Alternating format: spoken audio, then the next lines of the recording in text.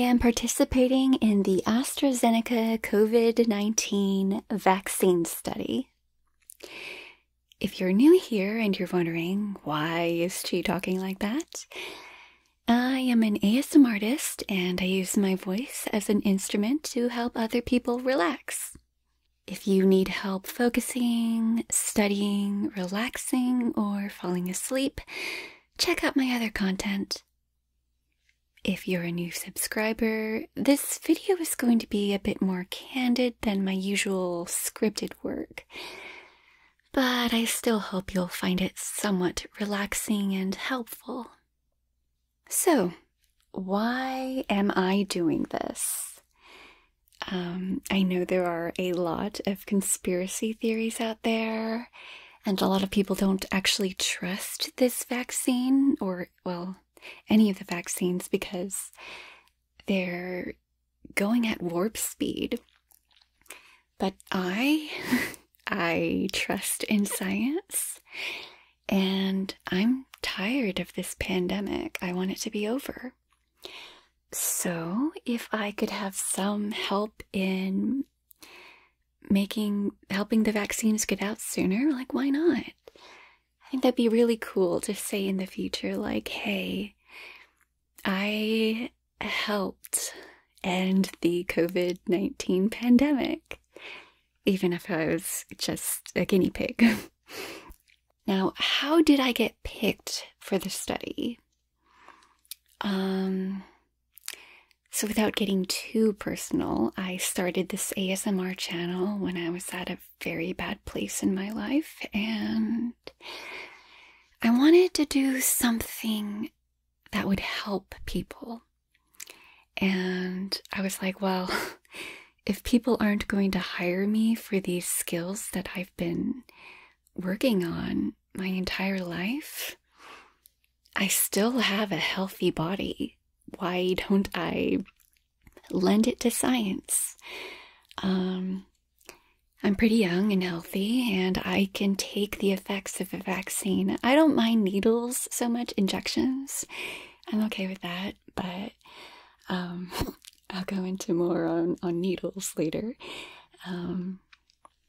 So a few weeks ago, I looked into how can I help with this vaccine? I want to be a test subject.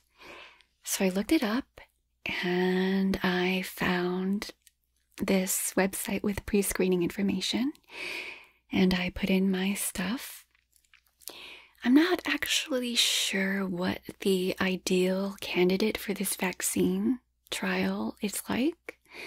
I know they need somebody who is at least somewhat exposed to the general population, and I work in education, so, and I'm also, healthy, and I'm not terribly at risk. So I signed up through that, and they sent me the information for the closest clinic with a number. They told me that I would get an email with more information, but I never got the email, so I decided to be proactive and call the number that they provided, and I left my information and told them, I'm really interested in, helping out with this. Please call me back. And they did. They did a pre-screening on the call to make sure that, I'm an okay candidate. I got an appointment set up for an informational session online talking about this study and this particular vaccine. So the AstraZeneca vaccine is a little different from the already announced Pfizer and Moderna vaccines. For one, the other vaccines need to be kept at a very low temperature. I think the Moderna is like negative 94 degrees. I'm not sure about the Pfizer one. And those are both RNA vaccines. The AstraZeneca vaccine is based on DNA. The chimp adenovirus, I don't want to explain how I understand how the vaccine works because I don't want to spread misinformation, so I'm going to link to a video that I watched which explains it pretty well. Like the other two vaccines, this one requires 2 injections. I just got the first one today, but by the time this video goes up, it will be yesterday. And the general risks or side effects are fever, chills, rash, aches and pain, nausea, headache, brief dizziness, pain, redness, swelling, or itching at the injection site, and that usually is resolved within 24 hours. This vaccine does not mutate your DNA, and it cannot cause the coronavirus infection. Any side effects are your body's natural immune response to a foreign object trying to protect itself. Now, this is a double-blind study, which means that the people in the clinic do not know whether the participants get the placebo or the actual vaccine. 20,000 of the volunteers get the actual vaccine and 10,000 get the placebo, which in this particular study is sterile salt water. And participants are twice as likely to be in the vaccine group as in the placebo group. Participants have to go back or are checked in with over the course of 2 years. So the first time during the pre-screen call, and then during the actual injection, and then a week later with the call-up to check what our symptoms are, if we have any side effects. And then again, 28 days after the first injection to get the second one. What I think is really cool about the AstraZeneca study is that they are going to provide, if it gets passed, they're going to provide the vaccine at cost to the population. So the vaccine, as they told me last week, it would be offered for $3 to $4. Whereas the video that I will link says that Moderna and Pfizer will provide theirs for about $20. So I think that the fact that this is a really affordable vaccine is really cool, and it doesn't require the extremely low temperatures like the other vaccines. So this was my experience when I went into the clinic this morning. It was pretty standard, and there was really nothing to be afraid of. Everybody was so nice and friendly and really knowledgeable, and they were just like really cool people. Like, I asked so many questions. I was curious about everything, and they were, they answered my questions, and they weren't like, gosh, you're asking a lot of questions. Can you shut up? But they were very cool and very helpful. So it started out with going over the study and signing some consent forms. This whole thing is voluntary, and I can drop out anytime. But in the name of science, I really want to go through to the end with this. So after signing the consent forms, they took me in for a physical exam. They were checking my vitals, my medical history, what kind of drugs I'm taking, and, if they might get in the way of the vaccine. People with uteruses are strongly suggested to either be sexually abstinent or on some form of birth control, because they aren't sure what the effects of the vaccine on a developing fetus are. So if you are a person with a uterus, then you'll probably have to take a pregnancy test, which is just, peeing in a cup. And then they take you in for the blood draw. I'm not entirely sure what the science behind this part is. I suppose that they just want your blood on hand to test before and after if you have antibodies for the virus. But I'm pretty bad when it comes to getting blood drawn.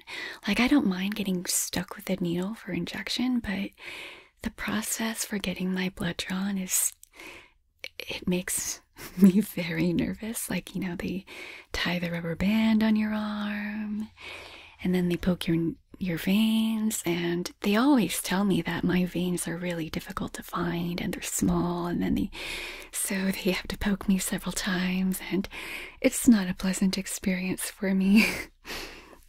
So the nurse who was taking my blood asked me if I do well with blood draws, and I'm like, no. And she said, that's okay, we have small needles, but I signed the consent form to take a little extra blood for another study because science. So they're taking out a little more than I was probably prepared for.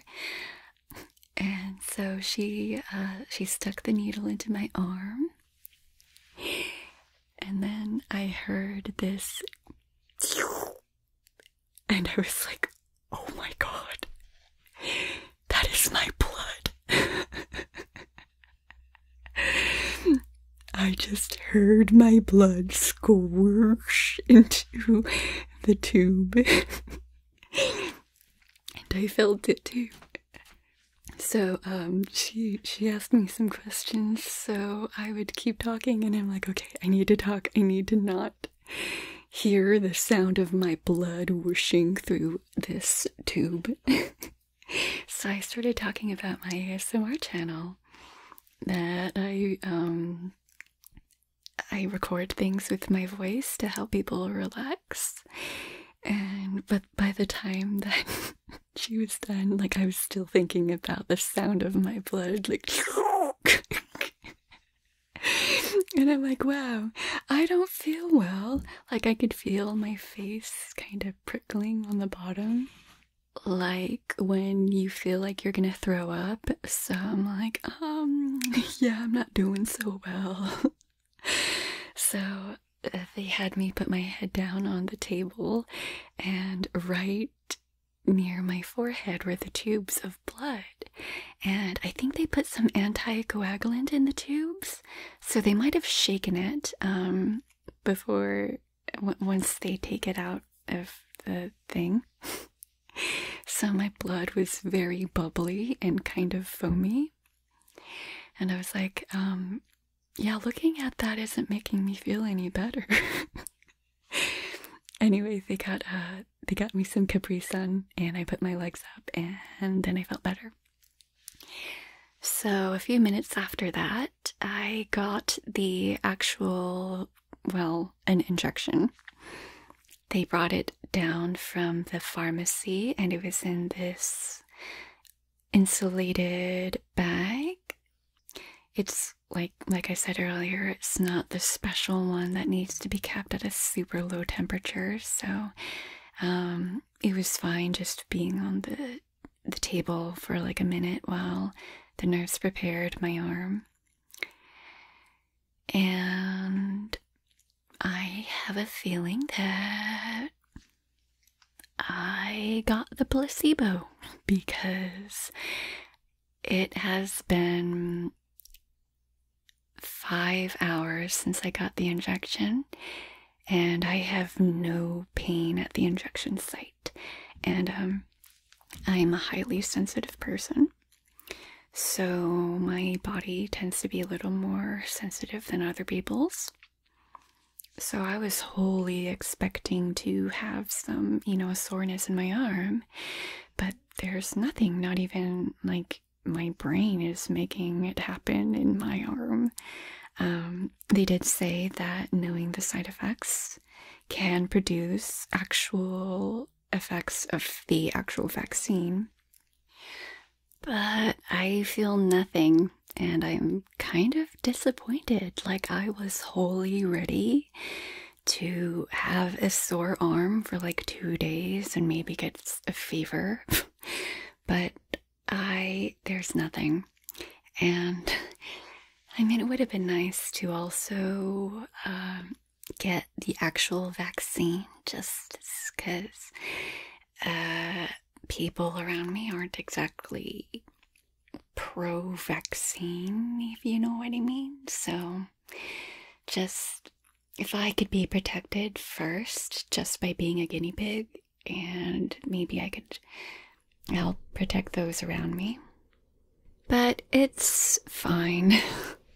I understand that they do need, it's still an experiment, they still need a control group with a placebo in case the actual vaccine causes a lot of unusual side effects in the vaccine group. Then they could have the placebo group to compare it to see if it's a problem with the vaccine or something else entirely. I'm going back for the second injection of what is probably a saline solution on the 30th of December. I mean, you know, it's cool. Whatever. I feel like people are going to say that, like, of course, it's easy for you to say that there's nothing to fear from this vaccine if you got the placebo, but like I said, the people at the clinic were very knowledgeable and really nice, and I trust in science, and I know people are afraid that because this vaccine is going at warp speed that it's not going to be safe. But I mean, I've been looking into it, and they are following all the protocols that they need to. It's just they're not skipping any steps. They're just going through it a lot faster because this pandemic is out of control.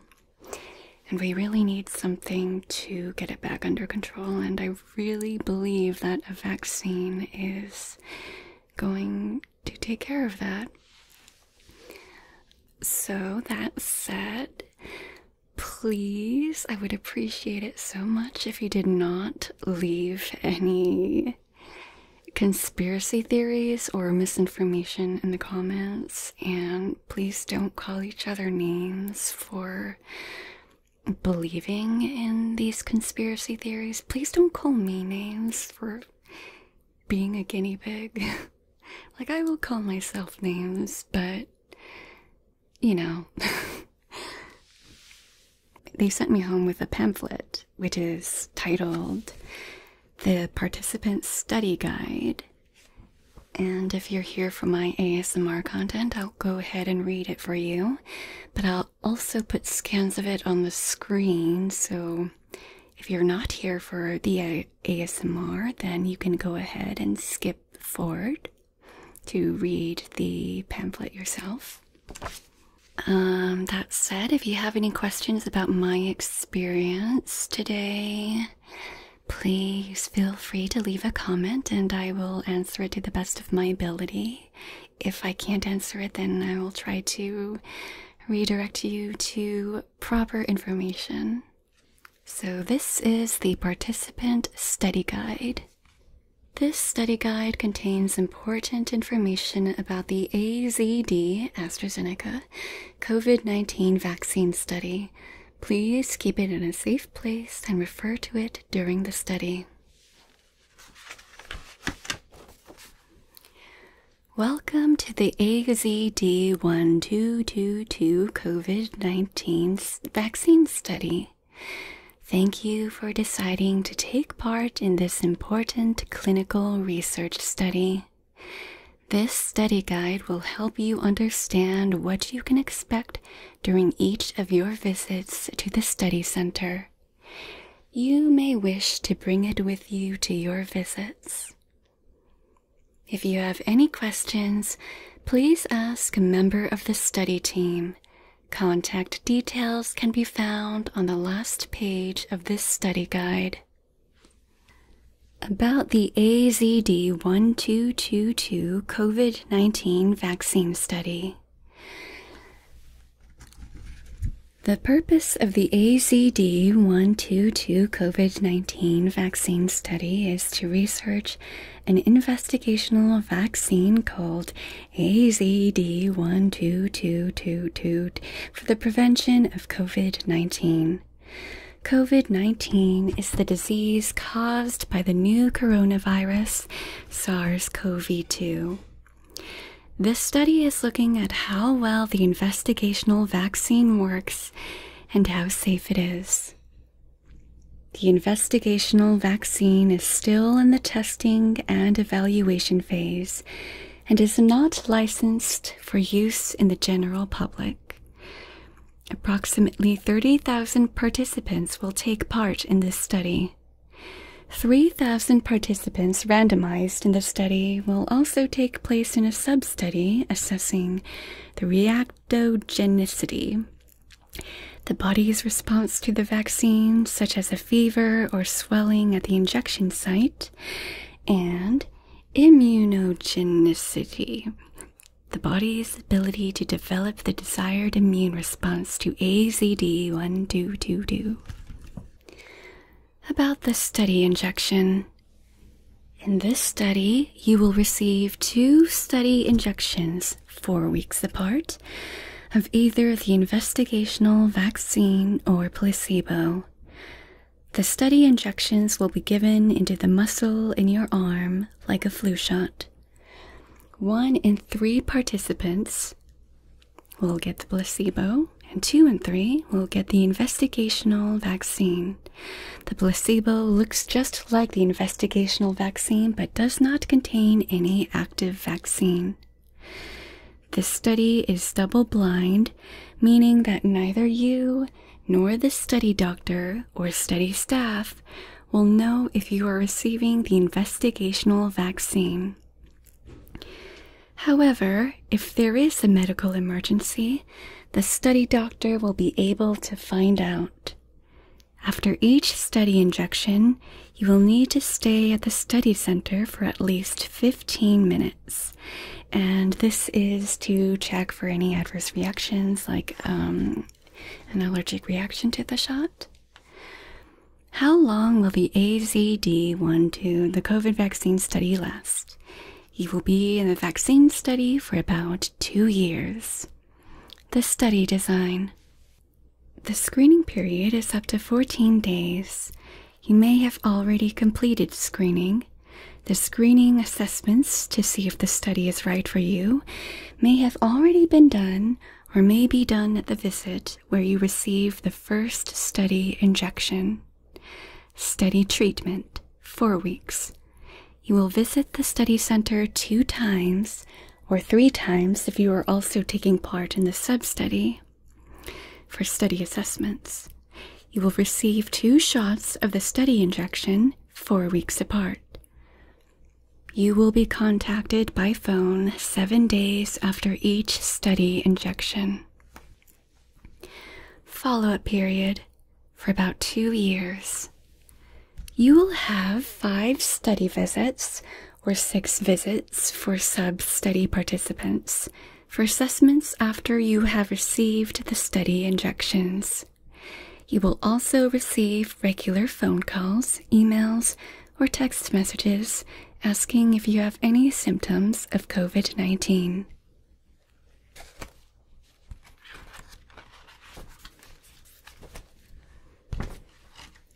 What tests and assessments will be performed?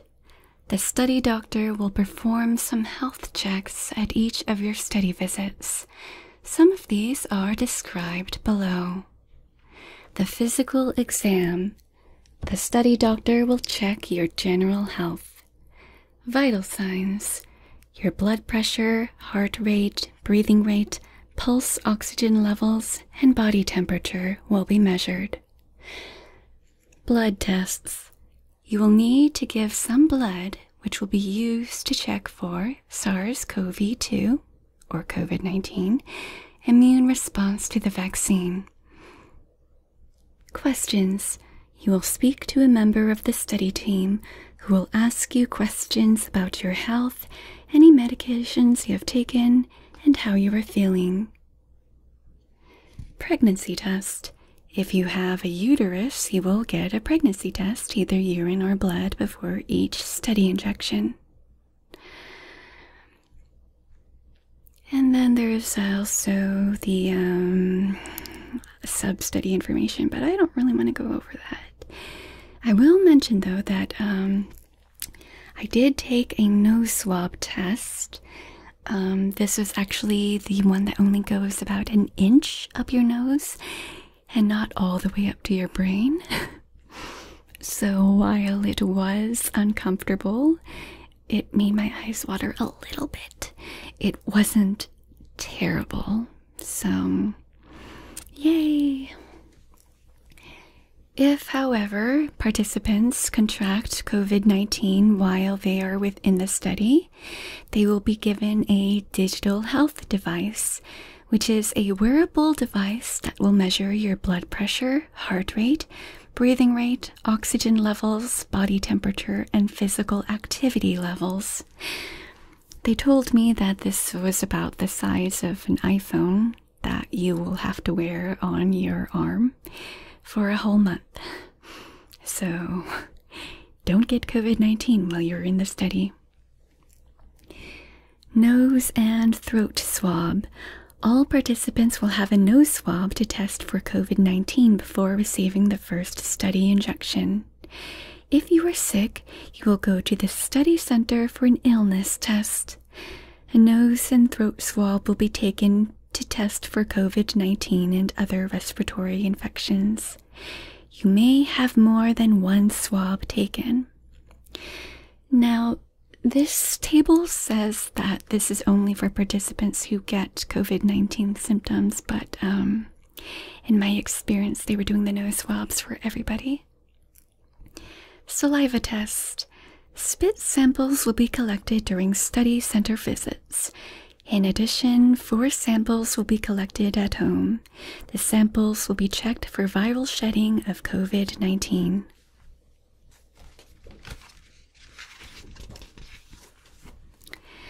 And here we have a table of what will happen at my study visits.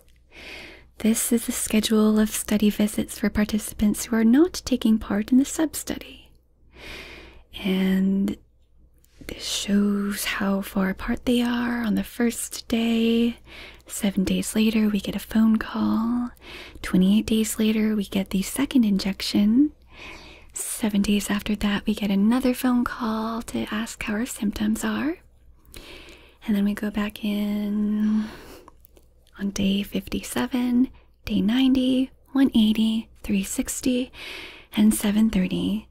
So a very long time to stay in a study, but that's fine in the name of science.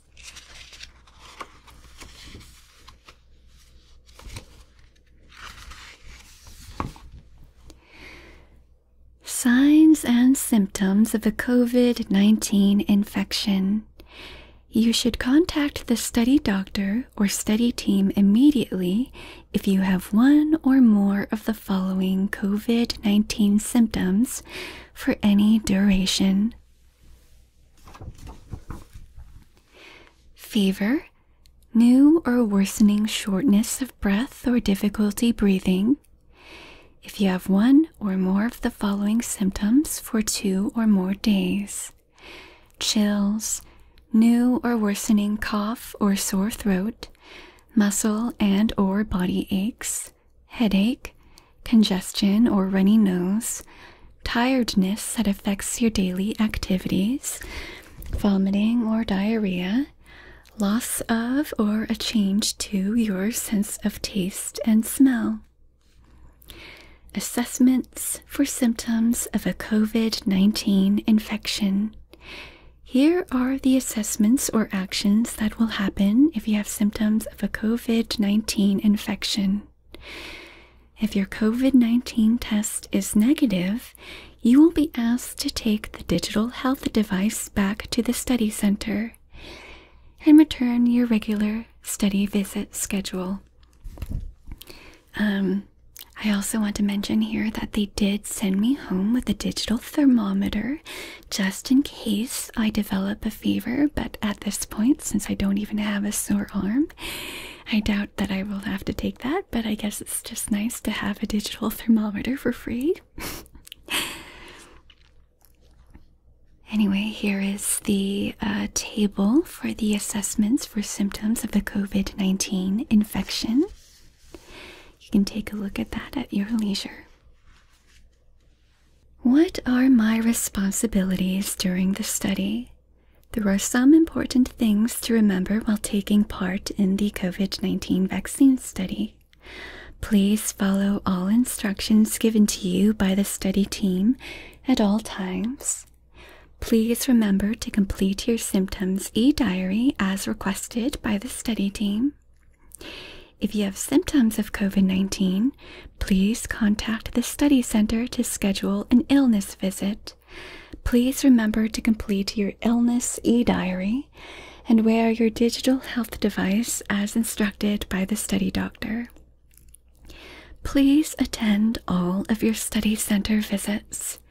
These visits are important for your health and safety. You must not participate in any other clinical research studies while taking part in the study, unless you require hospitalization for COVID-19. It is important that you tell the study doctor immediately about any side effects or changes in your health, whether or not you think they are related to the study injections. Tell the study doctor about all medications you are currently taking and any changes to these medications and any planned vaccinations. Use a highly effective form of birth control during the study if you have a uterus. People with uteruses should use birth control from 28 days before day 1 until 60 days after receiving the second study injection. Please tell the study doctor if you no longer wish to participate in the study. Taking part in this study is voluntary. You can stop taking part in the study at any time. Please contact a member of the study team as soon as possible if you are thinking about leaving the study, notice any changes in your health, cannot attend a study visit, and need to reschedule. And that is the end of the pamphlet. If you have any questions about my experience in participating in this study, please leave a comment below, and like I said earlier, I will answer it to the best of my ability. And if I do not know the answer, then I will try my best to redirect you to the correct information. Thank you for listening, and I hope you have a great day.